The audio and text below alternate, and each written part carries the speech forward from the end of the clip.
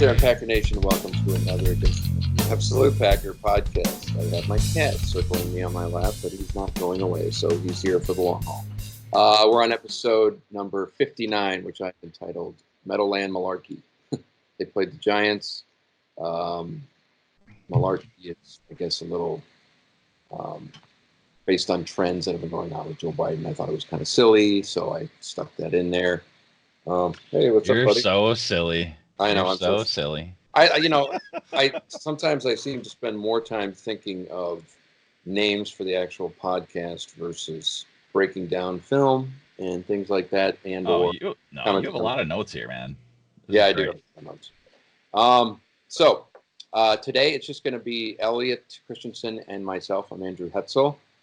Jeremy had some stuff going on with the weather, so he won't be able to join us. And we're actually recording this right after the game, so we should be pretty fresh with some thoughts and comments and whatnot. Yeah. So I'll start her out. I guess, I have in here first bullet. 9-3 is pretty darn good, all things considered. I think that's the best way to put it. It's very matter of fact, but, this team, for what it's worth, I picked them to be at best 8-8. And the fact that they're 9-3 is well beyond my own expectations, and I got to think it's beyond a lot of people's expectations. They've had two losses that were pretty damn bad. One was against a really good team, the 49ers, last week, so it was good that they came out today and won. And then the other loss was to the Eagles, who have kind of fallen away. That was early in the year. And then the one weird loss was the one to the Chargers. So, the fact that they have three losses isn't terribly surprising. I would have thought they'd have 5 or 6 losses at this point, at least, So, you beat the team that's in front of you, and the Giants, I think, coming in are... That's right. Yeah, I know. I'm full of cliches today. The Giants coming in are 2-9, so they're 2-10 now. They're crap. They're not good. They have a lot of... They're rebuilding. I mean, they benched Eli Manning early in the year. They got a rookie quarterback. So this wasn't, like we were playing another powerhouse team, so to speak. But I'll tell you what, if they slipped up in this game, that would have been a huge problem. So, second bullet point here, kind of expounding on what I said, was, unfortunately, this game isn't going to tell us anything unless they lost. And even in a blowout win, it really tells us nothing. And I mean that from the perspective of, they were supposed to beat them. They were supposed to beat them handily. The weather was a factor a little bit, I'd say. It was snowing. It was a little bit slippery, but the Packers still passed the ball a lot. Aaron Rodgers had 4 touchdowns passing. Sorry, I keep looking down. This cat is just absolutely loving it. This is my cat, Pudge. Right here. Say hello, Pudge. He is a tuxedo cat. He's a lunatic, and sometimes he just likes to be on my lap at the most inopportune times. So if you see me looking down or whatever, that's why. So I just want I want to throw something out there about the Giants. All right, let's hear it. So even though they have the second worst, they have the second worst record in the whole NFL right now, they still have a chance at making the playoffs. Because they're in the NFC East? Yeah. The That's NFC how East bad the other teams are. Like, crazy. so if they win out and the other teams lose out, they could still be in the playoffs. That's amazing. And that is, look, the Eagles, they're in the same division as the Eagles and the Cowboys. And who else? Washington. The Eagles, they're a weird team. They beat us earlier this year. I know. But they've kind of fallen away. They lost to the Dolphins today. Not good. The Dolphins at one point they looked like they were going to be all-time bad, but I think they have 4 wins on the season after they were like 0-9 or whatever. But anyway, without getting off too much of a tangent, sorry. No. That's interesting. So what brought that up is there's this so the top team in the league statistically to win the Super Bowl is Baltimore. Followed by the Patriots, followed by the Saints, followed by San Francisco. So far, I agree with all of those, probably even the positions. I don't know how you feel about that, but I think I agree with all of those, except for maybe, even the positions. But next comes Minnesota. No, I would put Seattle next. So you didn't even name Seattle. Sorry. Yeah, right. Baltimore, okay. New England, New Orleans, San Francisco. 4 teams, right? Okay. So 2 in the AFC, 2 in the NFC. But then Minnesota's next. I don't see that. I don't see Minnesota being better than the Packers, and definitely not better than Seattle. I mean, I think in different ways you could compare all 3 of those teams and put them pretty equal. But yeah, no way. So then after Minnesota is Kansas City, which maybe, but again, like, I mean, because they're AFC. So this is mixing everybody, right? So this is their top. This is their Super Bowl chances. This is on 538. This is the 538. Nate Silver? Yeah, exactly. Oh, he's great at polls, and he's great at predictions. Yep. It's not true. That's not true. I'm being facetious. If you say he lost all credibility after the damn election. He totally didn't. He said there was a 70% chance, and people took that to mean like a 99% chance. He annoys me, but go ahead. You may use them as a source. Yeah. So anyway, I don't know that I agree with these things, but I mean it's based on record and probably some momentum and whatever, right? So there's some things in here. But anyway, my takeaway is we beat the Vikings once, and unless they're getting a lot better and we're getting a lot worse, I just don't see that. I don't see how anybody can make that prediction. I'll tell you this: the Vikings have gotten not a lot better; they've gotten a little better, and the Packers have gotten, I would say, a little worse. Maybe not. So it's not extremes. It's like if you look at those graphs, they're pretty even. I mean, their records. The Packers are only ahead of them because they played in one today. I think the Vikings played the Seattle tomorrow, Monday night. Is that right? Yeah, it is. That's a huge game. That's a huge game. That would be great if Seattle beats them. My God. Well, I mean, so in terms of, so this is where I'm not sure, because in terms of like the playoffs, like making the playoffs, Seattle is 98% likely to make the playoffs. So like right now they're standing in the, in the playoffs scheme, like in a way we might want Minnesota to win.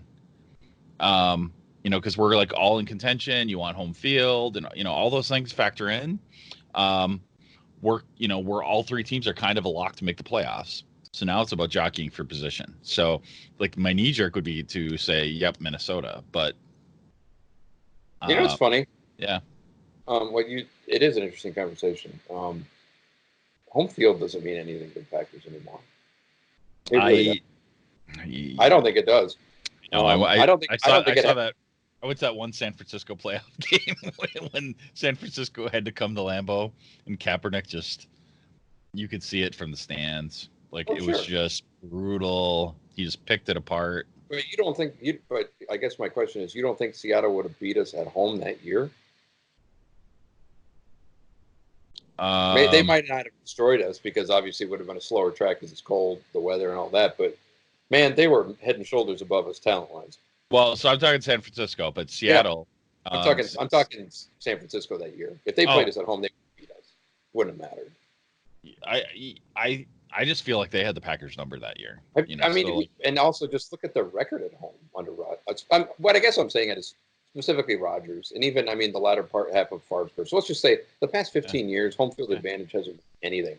I mean, they were 15-1 in 2011. Had home field. They were number 1 seed.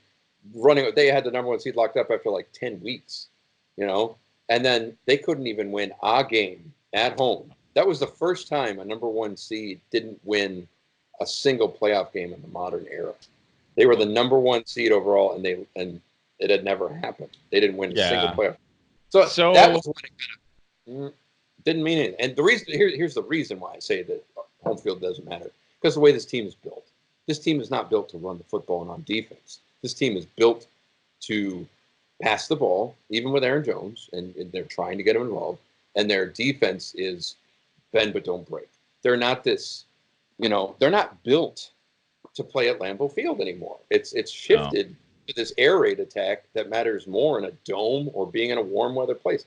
So I don't think home field advantage means anything, to be honest. And the fans travel so well that it's almost like a push when they go on the road. I mean, you could say that. Depending on which venue. I mean, you go to New Orleans, that's really tough. No matter if it doesn't matter what fan base you have. So you wouldn't. you wouldn't rather have the Packers play Seattle or Minnesota in Green Bay?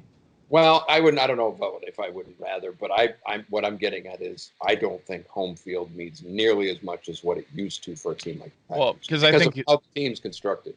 I think those two teams more so than maybe San Francisco, which is the other team like that we'd be talking about again. Well, New Orleans too, right?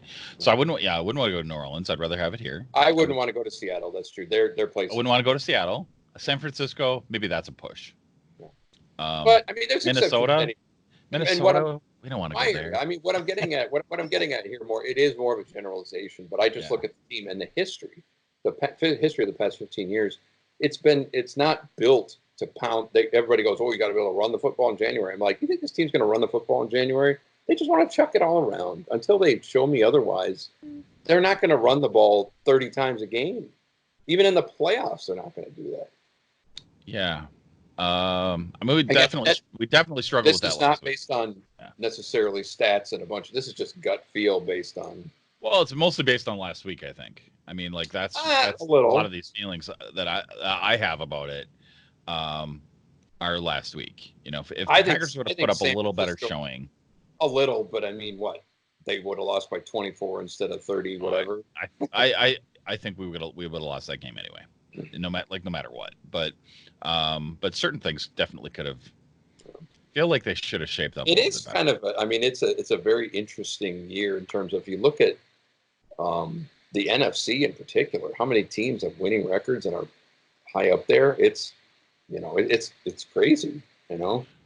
Well, there's a lot. There's a handful way up on top. Mm-hmm. The Packers kind of among them, but then there's a lot near the bottom. You know, okay. the Dallas and Philadelphia's of the of the conference, and the AFC is, has similar bad positioning. I mean, it is usually somewhat top heavy to a certain extent, but I hear you. It's an interesting argument, or even just an interesting talking piece. Yeah. But I'll say this, and then we should probably hop onto the other stuff. But there's only a handful of places I wouldn't want to go on the road, and those being probably New Orleans or Seattle. Any of the other places, I would agree. Would I prefer to go there? No. But would I be like, oh my God, we have a huge home field advantage? I'd be like, I don't think so. Right. Depends though. I mean, it is the playoffs. Like today. In New Jersey, in the Meadowlands, it looked like there were more Packer fans there than Giants fans. The Giants are horrible, and the Packers travel better than any fan base in the league. Yeah, that's the reason for that, I think. Yeah. So move on. Pop it on. Let's see. This was kind of a stream of consciousness. Like I said, we're doing this right after the game, so the notes might kind of just go. They might skip around a little bit, or just not be completely coherent all the time, for lack of a better term. But Aaron Jones, it felt like he was misused in this game again for whatever reason. Now I saw a stat that he ran the ball I think 8 times in the second half for 10. It was really bad. He only had 10 yards or something in the second half, because every time they ran it, he would run into the line and get stopped for basically no gain. Now, if it's not working, you do got to change it up a little bit. But in a game like this, you got to keep pounding the ball, number one. And the other thing that I don't quite get that I put in here is they have this. LaFleur continues to use this this system of every other drive, meaning Aaron Jones will get one offensive drive, and then he comes out and Jamal Williams comes in for the next one. They alternate these offensive drives. I mean, at some point, you go, well, I want to kind of go with the hot hand, and if Jamal Williams is the hot hand, we'll ride him. Okay, I kind of get that, but at the same time, I think Aaron Jones has earned the right to be in there more, and he should be, and he needs to be featured. This timeshare. It's basically what I'm looking for. This timeshare running back. They got to get Aaron Jones more touches all over the place, and I was a little disappointed today. Yeah, so I think everyone felt like this was kind of, if anything's an automatic win, I think everyone felt like today was. I didn't until the end of the third quarter. I'll tell you that. So I guess what I'm getting at though is I don't think there's any reason for us to risk a top tier player like that to injury. So like I think that the mitigating of risk, I think is part of the game. So I think that factors in. I'm not saying you're wrong, I mean, because if that's we true, definitely I need think you more made Aaron that Jones. comment in the Slack in the game. And my thought, while I do kind of understand that sentiment, my thing is, and again, we've heard this is the other side of the coin. And I think that you can get hurt on every play of the game, every single play. Right. And if you got a guy that needs to be featured and needs to get touches and they need to find out and work him more into your offense, you got to do it. Even if it's, against a team that is, we'll say middling or not that good like the Giants. If anything, it's almost an excuse to do it more. But I think since Davante Adams has come back, and Davante Adams has started to play better. Yeah, he actually had a good game today. Yeah. He had three. He's had quietly 3 touchdowns in the last 3 games, and he had 2 today. But I think he's caught like 3 or 4 passes since Davante Adams came back for like 1 yard. I mean, it fell off a cliff. They still have to find a better way a more creative way. Maybe that's just what it is. I don't see him lining, and they go, well, we used to line him up at wide receiver, and then they have a linebacker cover him, he could get open. Now they're lining up cornerbacks. Well, boo fuck who? When they find you out, you know what you got to do? You have to mix it up even more. Put him in motion. Yeah. Just do more. If somebody if you're hoping that you're going to get a linebacker covering him on every play, you're kidding yourself. So you have to be able to react and to adapt. And I don't think they did. And I mean, Aaron Nagler made a comment. He's She Said TV. He's a good dude. Good breakdowns, very pragmatic on a lot of stuff. He made a comment on his show, because I read through it's called The Gut Reactions right after the game. I don't want to push anybody else's podcast, but we're all kind of a brotherhood here. No, we should. It's good. But he's good. He had mentioned that Matt LaFleur right now appears lost as a play caller, and I was like, wow, there's a lot of truth in that, and that it looks like they're just trotting guys out there in a very vanilla offense and just trying to make it work. Now, again, you're not playing the best team. I get all that. Do you want to show everything you got before you get to the playoffs? All that good stuff. That's the only defense of that. And that's not a defense. That's an excuse, in my opinion. It's just, this is the NFL, man. You go out there and you rip people's hearts out. You pound guys. I mean, and I don't want to make it the all Patriots thing again, though. But it's like, do you think Belichick is doing this kind of nonsense? He wants to destroy every team he plays all the time. He would hang 60 on everybody if he could. Yeah. And people go, oh, I don't know. It's like, and I'm like, well, he's too busy counting his rings while you're sitting there.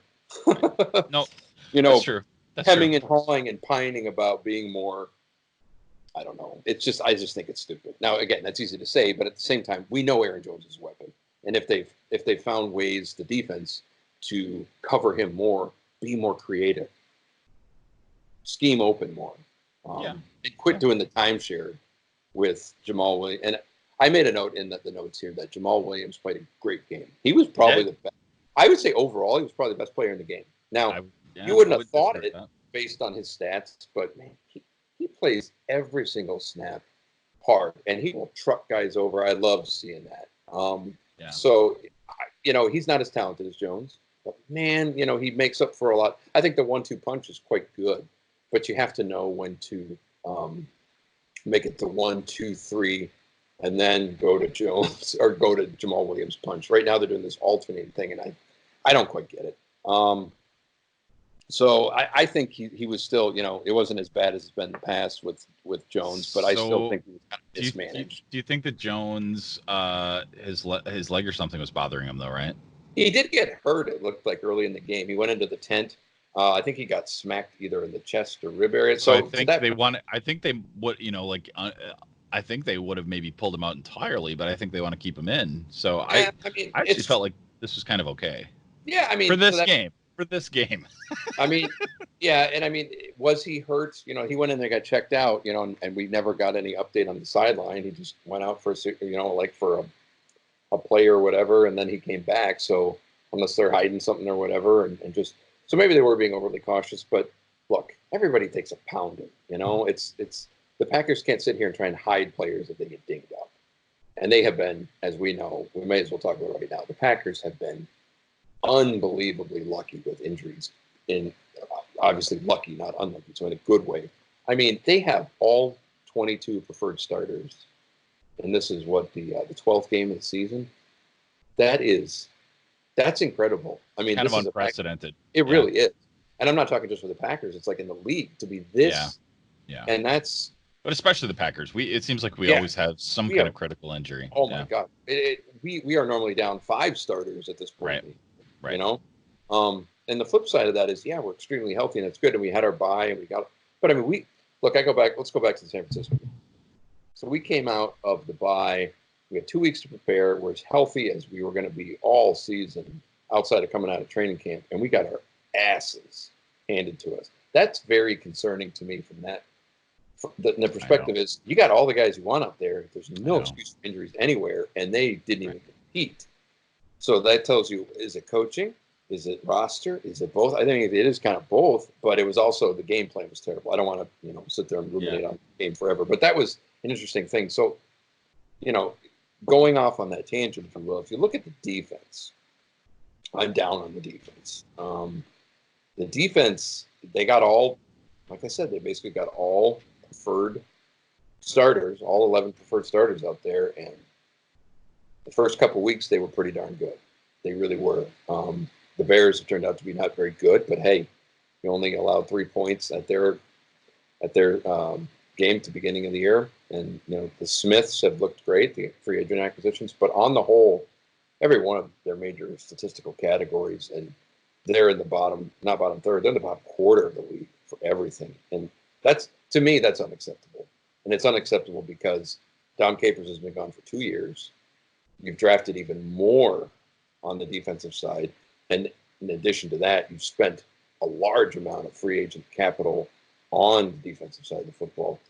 And you have no injuries. And the defense is basically worse than it was towards the end with Don Capers. That is troubling. I don't care how you look at it. That's just troubling. I don't know if Pettine is in for the long haul. I mean, the 2 fatal flaws, I'll say, for the defense are they cannot cover anybody over the middle of the field. No. And they can't stop the run. And now people go, well, they're not defending the pass that well in general. And I'll say, it is all kind of connected in that what do you want to stop first and foremost? The run. Because if you stop the run, you force people to be one-dimensional, i.e. pass. If they can't run. If you let a team run, then you're automatically going to be setting yourself up for potential failures in the passing game because they can play action. If they go, oh my God, we got to respect the run because we can't stop it. And then all of a sudden they fake it and everybody bites. That's how the play action comes in. You get bombs down the field.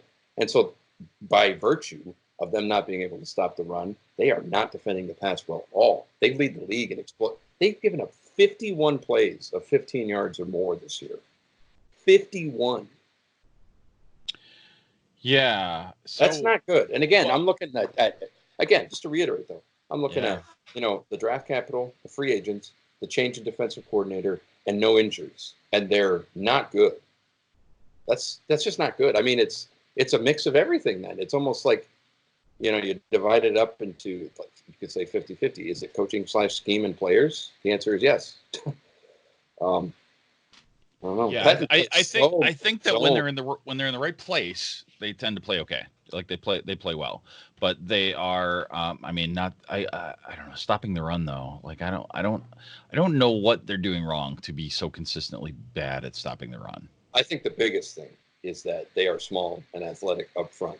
Their front, the front 3 because they have a 3-4. I mean, they're 2 ends and their nose tackle. I mean, Kenny Clark is getting double teamed every time and he's banged up.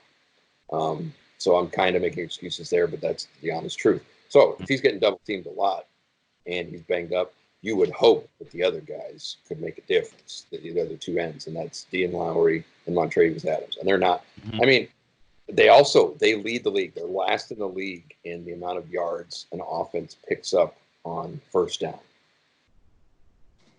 I mean, they give up something, I want to say it's like 5+ yards on first down. So their down and distance defense is terrible. If you can run the ball for 6 damn yards on first down, you're in 2nd and 4. Yeah.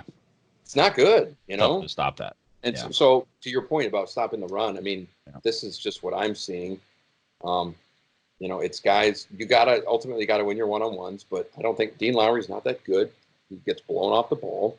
Sometimes he makes some plays, but and he's undersized. He's not. They don't have a huge bulking run-stopping line. They have an athletic line, which is built more for quote-unquote rushing the passer than stopping the defense. But they have their outside linebackers there to rush the passer. So you need a beefier. So that's, to me, without going all the way down the rabbit hole, that's we can't. But so right now we can't fix that though. So like I guess like I'm just looking at, so based on what we have, are we just doomed?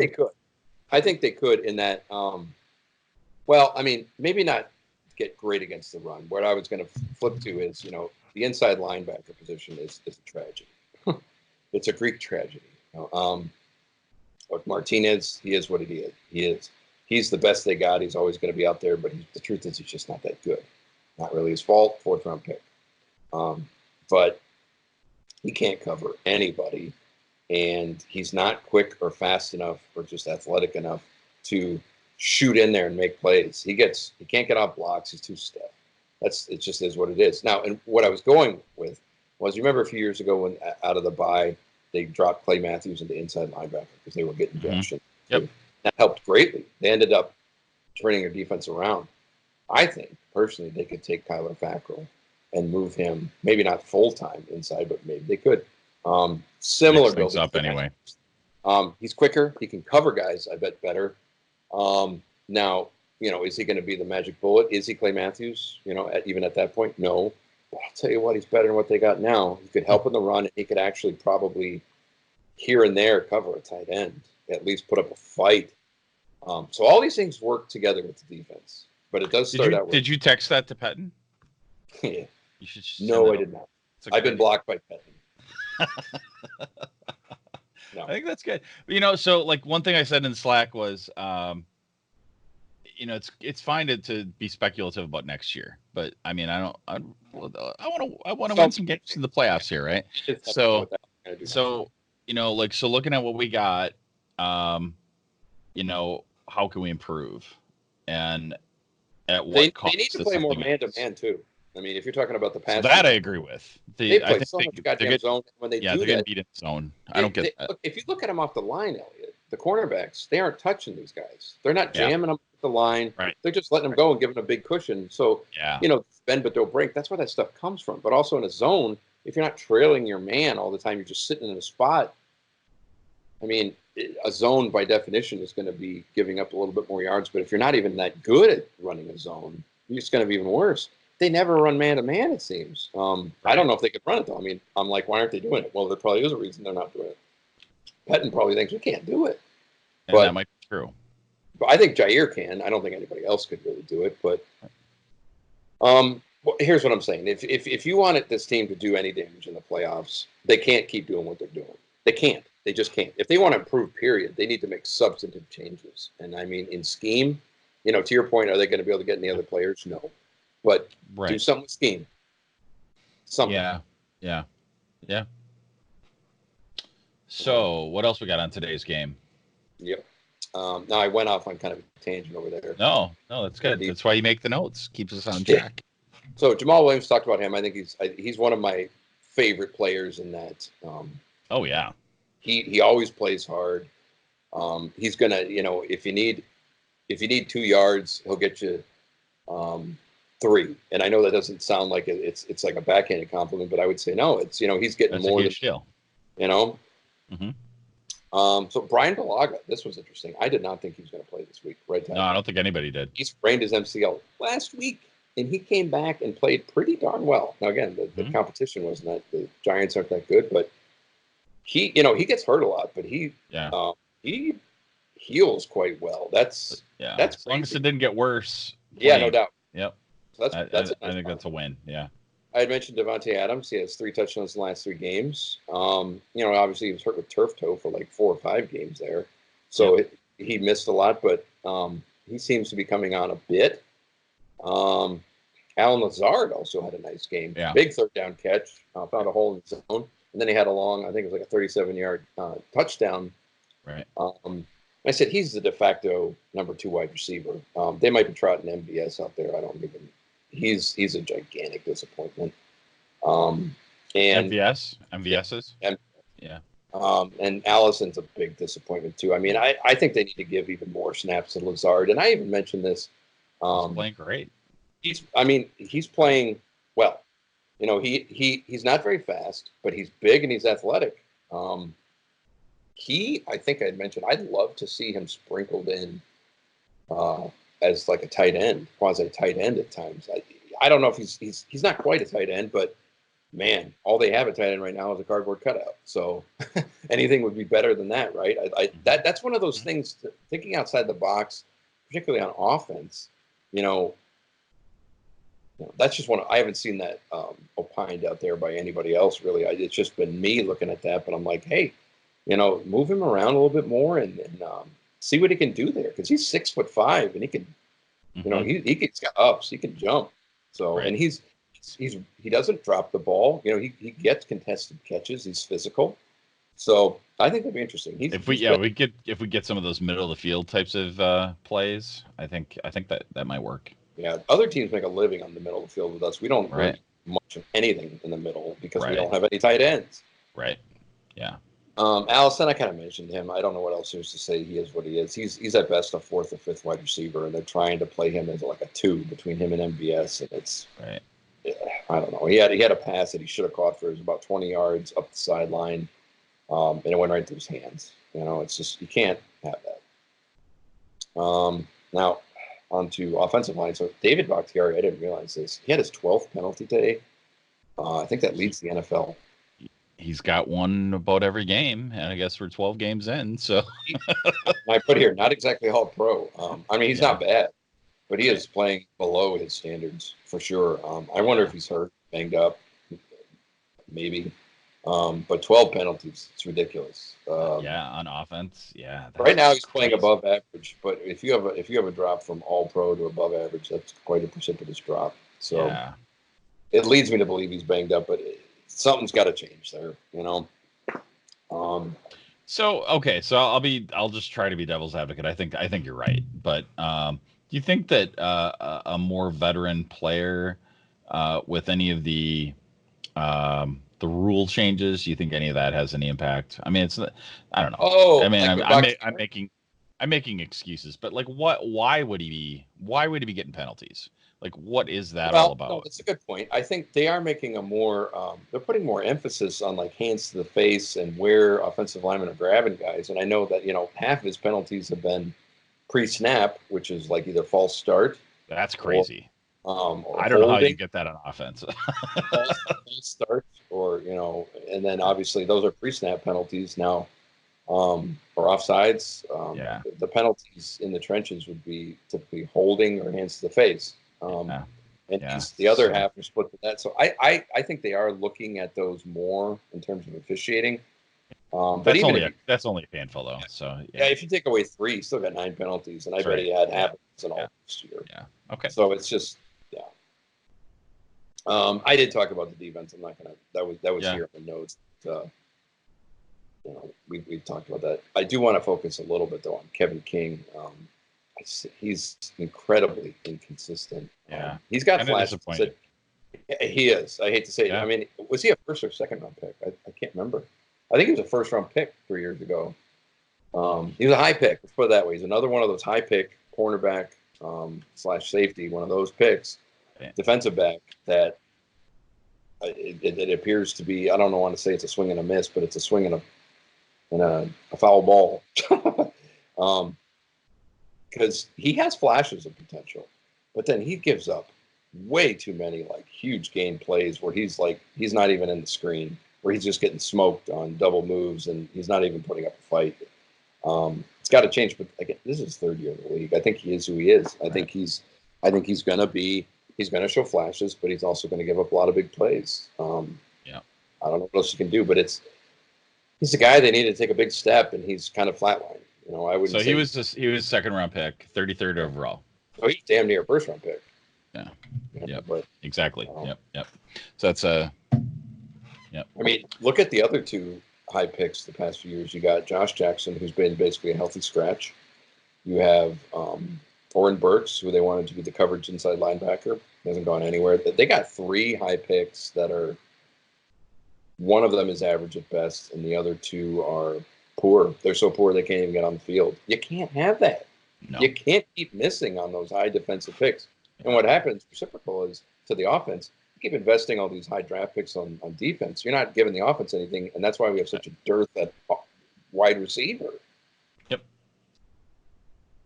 And tight end. You know, they got Jay Sternberger, too, on offense, and they activated him. But I don't think – was he activated today? Or active today, I mean? They were playing Robert Tonyan, but I think they got to get him out there, Sternberger, and see what he can do, for Christ's sake. Now's the time to do it. Well, in this little stretch here where we have easy win games, I think they should be mixing things up with I don't think that game is easy win, though. I really don't. Even this one, it doesn't exist with this team anymore. I mean, so you could say maybe the Bears won't be an easy win, but it's one that we should win. I would say should win, but it would not surprise me at all. Would it shock you if they lost to the Bears? It would not surprise me. No. Well, okay, so it depends. If the Bears drop one to Dallas, then they're kind of out. So then maybe, right? I mean, if they still feel like they're in it, I don't know. I don't know. Would it surprise me? Yeah, it would surprise me. It would surprise me because they're not playing that great. Yeah, I mean, think about they're not going to blow anybody out. It's not going to happen. You know, any game they're in. I think they could blow out Washington next week. That's our schedule. Washington is pasting the Panthers from what I last saw. Yeah. I think that we had to go to the last second to beat the Panthers, hold them fourth down. So it's crazy year. You know, it's all the parity and everything. Any given Sunday, as they say. I mean, that's why they say it, because it's so damn true. No, but so your comments about the drafts on the defense not panning out and then it taking away from our offense as a result, like that is fair. Yeah, that is fair. Like we do need to. They haven't invested. Got to get that situation fixed. The highest offensive player they've taken in the past 5 years, I think, was Davante Adams in the second round. Think about that. And then everything in between has been, for high picks 1 and 2, has been defense. You can't win that way when you're drafting 6th and 7th round picks or even day 3 picks on offense. So, right. Okay, Kenny Clark played better today. He had a great tackle for a loss in the first quarter where he just smoked the guy in front of him, and so he's been emerging the past few weeks, which is nice to see because he'd been pretty pedestrian actually the first few months of the season. And I mean, I know he's hurt. He gets a lot of attention. I just put as kind of a side note, they desperately need him to emerge on the stretch. If he kind of gets back to what he was last year, this is the time to do it. That'd be huge. You know, that's really true of everyone on your list that you mentioned here. Well, not Lazard, because I think he's playing, maybe above expectations, but everybody else, like, certain. I look at your notes, I'm like, well, if everybody would step it up a little bit, we're going to win. Yeah. And I mean, it just, should Kenny Clark be playing better? I don't know, because again, he's banged up and he's getting double teamed all the time. Right. So it's tough to say, but it looks to be trending well, and that's good. So okay, so that's a good point. So Bulaga, he's banged up, and Kenny Clark is banged up. So maybe playing these guys banged up is the opposite of a blessing in disguise, right? Like so we think like, okay, we're playing all of our starters and everything's good, but maybe we're not giving the next man up a shot. That's an interesting thought. Like you're basically, you're having them play too many snaps and they're getting worn down. Well, or it was always like, when Brett Favre would play injured, it's like, so our backup is actually worse than a guy who only has 1.5 hands. Yeah, I know what you mean. No, I mean, like how bad is our backup? Yeah, on some positions it is that way. That's a good point. Yeah. In some positions, they just don't have any depth. They know what's behind them. They're like, ugh. So on to special teams. Mason Crosby kind of quietly having a very good year. In fact, he's having a great year. By himself from the special teams, he might be a Pro Bowler for the first time in his career. I think he's hit 14 and 15 field goals. Been rock solid. He hasn't been kicking it out of the end zone every time, but nobody really does. So he's been great. I put here the rest of the unit is shitting the bed every week, which is about special teams is a disaster. I don't know Well, how they've they had got penalties and all I sorts don't of know how they got yeah. worse than Ron Zook, because Ron Zook was like all-time bad. But man, the guy they got now is just it's very problematic. And then the final bullet I have about the game was it is special teams, and it's a good thing.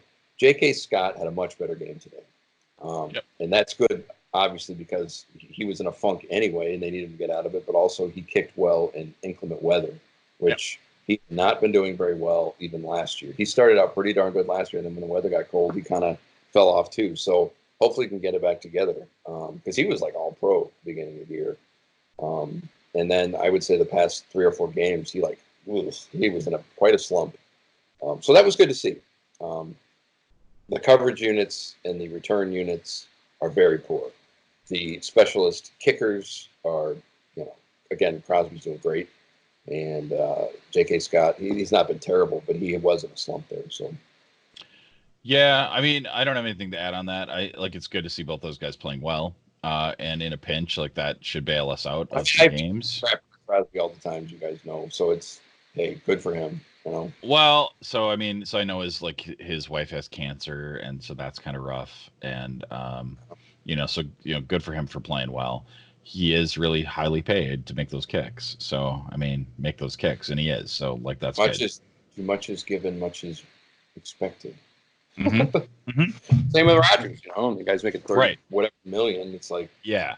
But it's an interesting segue there, because Rodgers doesn't have a lot to work with. Is he as good as he was 5 years ago? No, he's not. And the reason he's not is twofold. Number one, he's getting older. He's not as athletically gifted, and he's beat up. He's gotten a lot of injuries. Mm-hmm. 2 collarbones broken. But also the talent around him has declined. So now it is what it is. So there are times where I'm like, God, Rodgers, what the hell? But then I'm like, you know what? Actually, I saw this the other day. He turns 36 tomorrow. It's crazy that he's already 36. Mm-hmm. I remember when he was 22 years old, for Pete's sake. So, 36. But I would say he's a beat up 36, because he's also, remember his whole career. Even now, he loves to scramble, but he'll take shots. He'll take sacks way more so before than he'll throw, a pass that may be picked off or whatever. So he's in. People said, well, he's kind of a young 36 because he sat behind Favre for 3 years. Yeah, but I think he made up for some time by getting the hell beat out of him, too. You know what I mean? Taking a lot of shots. I do. Yeah. Which, in a way, I kind of cheer that, rather than the ridiculous interception, that sometimes Favre would have. A very interesting comment that I never thought about today on Twitter. I can't remember who it was, and I apologize. But basically what it was after the touchdown to Davante Adams on that free play, where he gunned it in there to him and got him. Yeah. Somebody said, on those free plays, he looks invincible. And it's because he knows he doesn't have to worry about anything. He knows no matter what happens, he's going to, won't get called back, or an interception will be overturned because of the flag, right? Right. I said, if he could have that mindset, not all the time, but sometimes, it's like, he doesn't gun it in there anymore. Earlier in his career, I think he would. Now, he had more talent, but it is very rare if he's got a tight window, even with, we'll say, Davante Adams, where he'll gun it in there. He doesn't do that anymore. You got to be, by NFL standards, pretty damn open for him to chuck it to you. There are times where I'd like him to just gun it. I'm not saying do it 5 or 6 times a game, but maybe 1 or 2. Right. And if ever there's a guy who could do it, I think it's him. So it was just an interesting comment, because now, obviously, if you don't have anything to worry about, you play a little more loose and carefree. But it should also reaffirm to him that he's like, God, yeah, you got the skills still. You may not be as physically talented, but accuracy and just cerebral nature of football, it's always there. So I'd like to see him take more, not crazy chances, not Favre throw up, punts, basic punt interceptions, but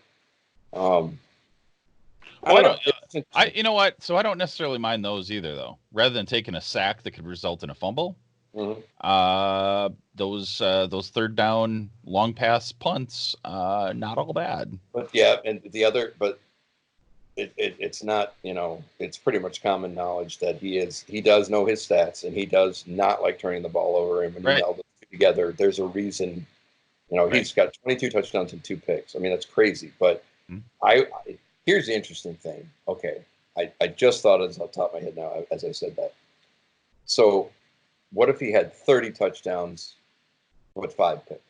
I'd love to know what their record is. That's right. Or 30 touchdowns and 6 picks, for that matter. Even that's pretty damn good, no? Right. It's 22 and 2. So why don't you text him that? I'll go, yeah, hi, Aaron. This is Andy from State Farm, remember? And just go right into it. Hit him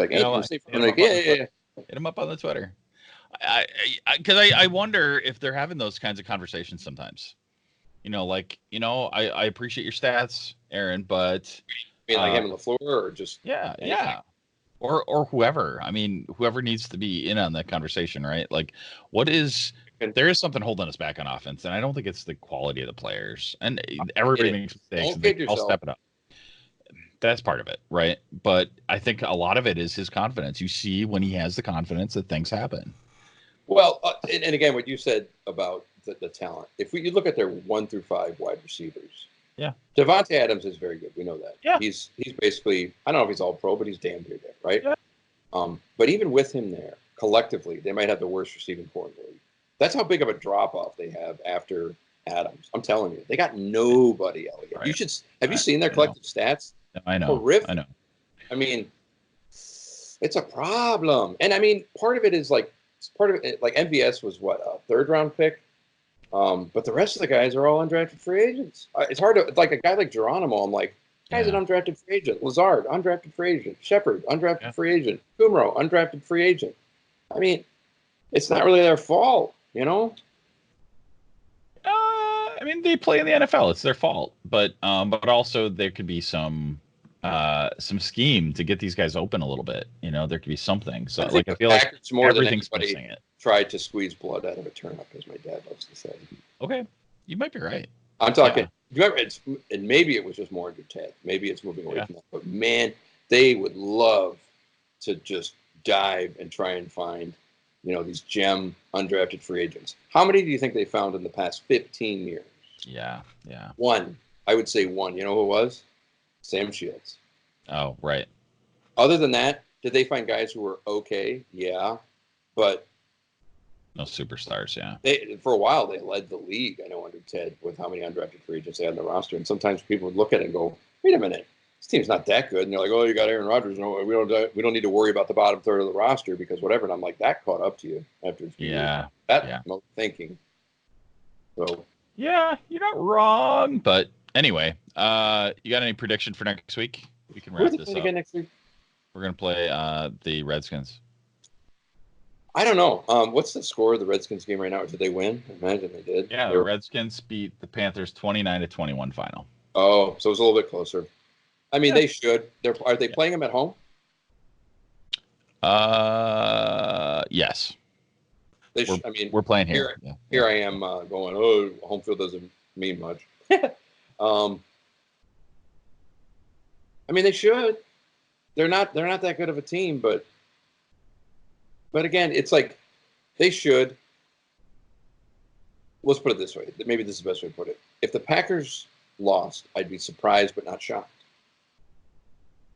They should win, though. That's about all I can say. I mean, the 29-21, that's a score that I could see them winning by. So Carolina was, I think, they only had 5 wins going into today. So they were kind of out of contention anyway. They're not going to get a wild card.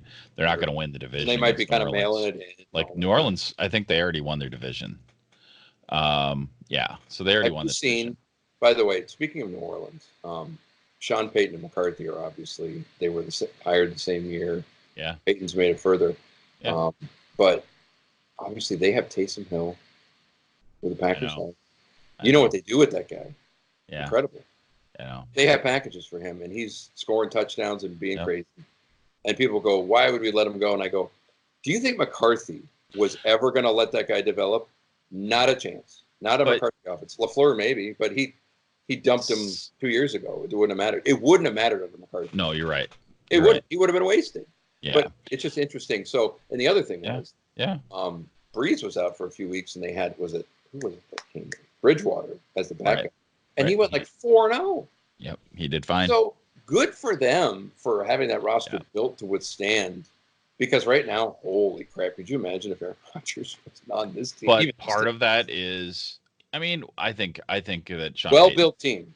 Sean Payton is if Belichick wasn't holding the top spot, he'd be the best quarterback or the best coach in the league. That's so. I mean, so I think that is a big part of it. He's up there. They have a just an expectation of winning. That and the Saints, think about saying that. And for the longest time, they had an expectation of never winning. Well, but until he got there, mm-hmm. Yeah. So and Drew Brees, yeah. But that's interesting. Got into place, yeah. I would say that Peyton runs circles around McCarthy, and for a while there was a time where it's like, who would you take, McCarthy or whatever? And it's like it revealed itself. Yeah, McCarthy had no creativity, and Peyton's got a lot of it. You know who else is I'd say he's an older head coach who is very malleable. I didn't think is John Harbaugh of the Ravens. Mm-hmm. Look what he basically changed, and he changed up his whole team for Jackson. Yeah, and that guy is. They're killing it this year.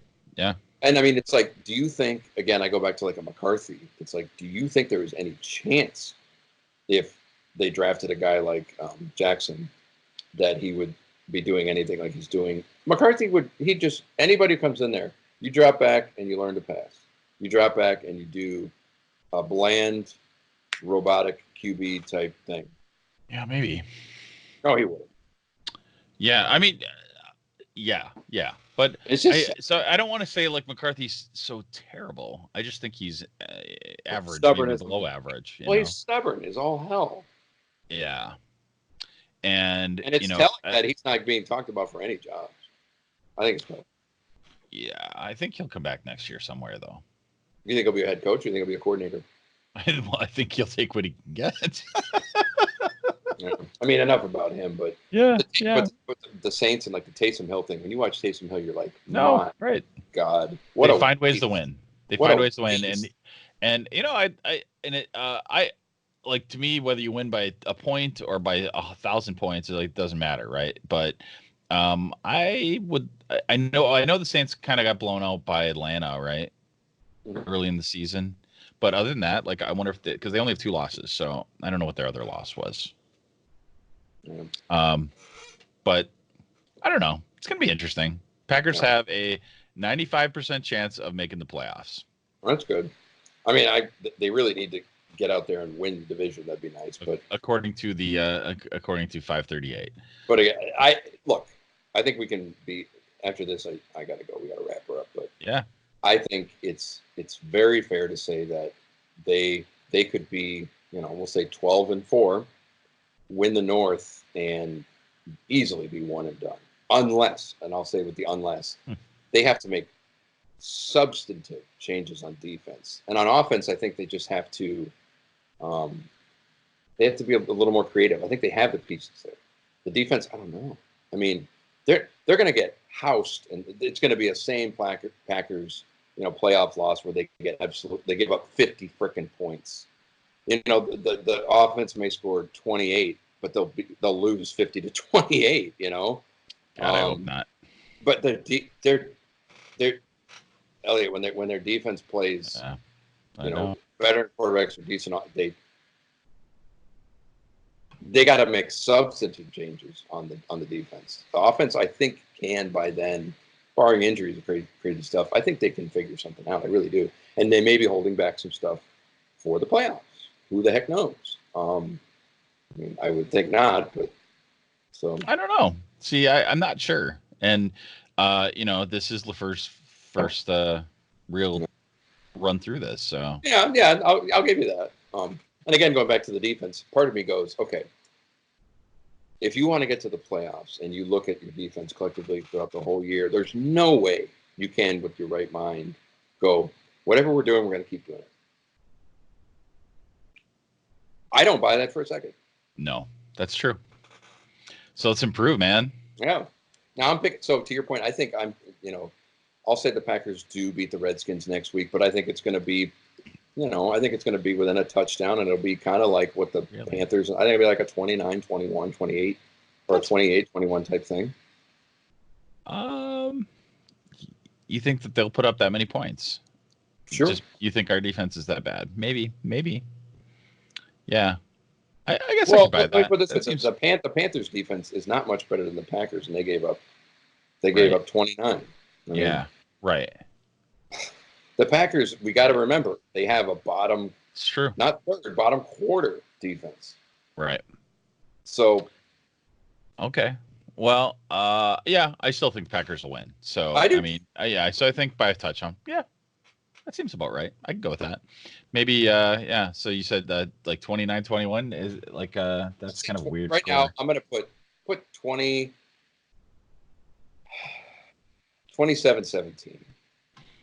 Okay, I'm going to put that in the notes. Yeah, 27-17. Yeah, I kind of liked your first take. Like, because we probably, so we only gave up 13 today, but that was, the Giants are probably worse than the Redskins. Oh, they are. So, they're not a good team. So, but maybe we got some momentum. Yeah, I think they did what they were supposed to do. They beat them. They beat the team from the Giants, and they ended up blowing them out. Now it took a while to blow them out, but. So I'm gonna say 28-14. I'm gonna give 2 touchdowns. All right. And hold them on the defense a little bit. We gotta get optimistic, man. This is too doom and gloom. We've got a good record, too doom and gloom. So I don't think I'm not as doom and gloom as I used to be. I used to be pretty damn doom and gloom. Now, with that said, I can be negative. I understand that, but at the same time, I like to look at it as realistic. I think the best way to button up this year, in my opinion, so far, the year's not done, is they played over their head. Not in a crazy amount, but they have, and so they're in a way that's good.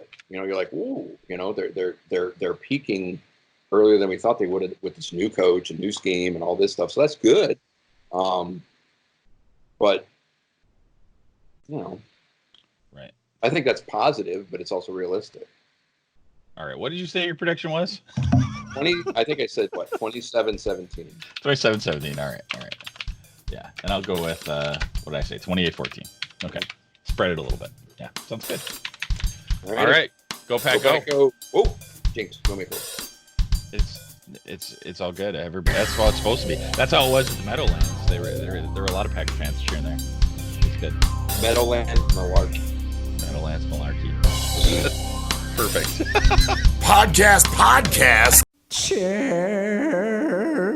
I know, right?